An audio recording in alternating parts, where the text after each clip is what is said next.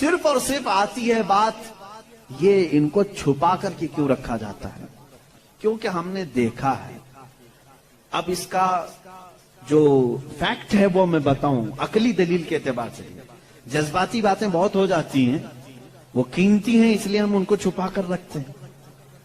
لیکن میں آپ کو جو فیکٹ ہے، حقیقی بات ہے، وہ یہ بتاؤں. مرد اور عورت کی ساخت کے اعتبار سے اگر دیکھا جائے تو عورت کی طبیعت میں نزاکت ہے، وہ نازک ہے. مرد کے برابر اسے طاقت نہیں ہے. سب کو معلوم ہے وہ کہیں کی بھی عورت ہو، اس کی طاقت و قوت کے اعتبار سے وہ کمزور ہے. اور مردوں کی طبیعت، ان کے اندر کبھی وحشی پن آ سکتا ہے، حیوانیت آ سکتی ہے. جب اس کی خواہشات عروج پر ہوتی ہیں تو سب سے پہلا اٹیک مرد اگر کسی پر کرتا ہے تو وہ عورت پر کرتا ہے. مرد اگر اس کو کھلا چھوڑ دیا گیا اور حیوانیت آ گئی تو اپنی خواہشات کو بجھانے کے لیے سب سے پہلا حملہ کس پر کرتا ہے؟ عورت پر کرتا ہے. اس کی زندہ مثالیں آج ہم دیکھ رہے ہیں. جہاں کسی تنہا عورت کو 4 گنڈوں نے پا لیا تو اس کے ساتھ کیا کرتے ہیں؟ کتے بھی اس طرح سے نہیں کرتے جس طرح سے یہ کر جاتے ہیں.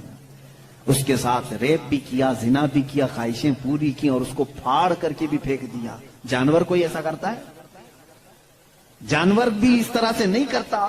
اس کا مطلب یہ ہے، رپورٹ یہ بتاتی ہیں پوری دنیا کی کہ مرد کے اندر اگر شہوت کا غلبہ زیادہ ہو گیا اور اس وقت عورت اسے سامنے نظر آ گئی تو پھر یہ اپنی حیوانیت پر اتر کر سکتا ہے، اس کا ریپ بھی سب کچھ کر سکتا ہے. اس لیے اسلام نے ہمہ وقت عورتوں کو کہا کہ پتہ نہیں کہاں درندے ہیں، تم ہمیشہ اپنے آپ کو محفوظ رکھو.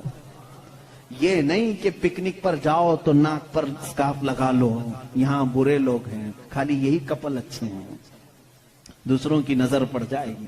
اسلام نے ہر وقت کے لیے عورت کو یہ کہا ہے کہ تو اپنی حفاظت کی ذمہ داری خود رکھ لے، اس لیے کہ تیرے جسم کو دیکھنے کے بعد کئی ایسے مرد ہیں جن کی خواہشات انگڑائیاں لیتی ہیں اور پھر وہ حملہ کر سکتے ہیں.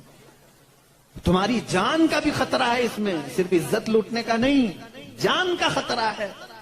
ریپ کے بعد قتل ہوتے ہوئے نہیں دیکھے؟ ابھی سال نہیں گزرا ہوگا، حیدرآباد میں، دلی میں کتنے واقعات ہوئے اچھے پڑھی لکھی لڑکیوں کے ساتھ، اچھے بڑے گھر کی لڑکیوں کے ساتھ. یہ معاملات ہوئے کہ نہیں ہوئے؟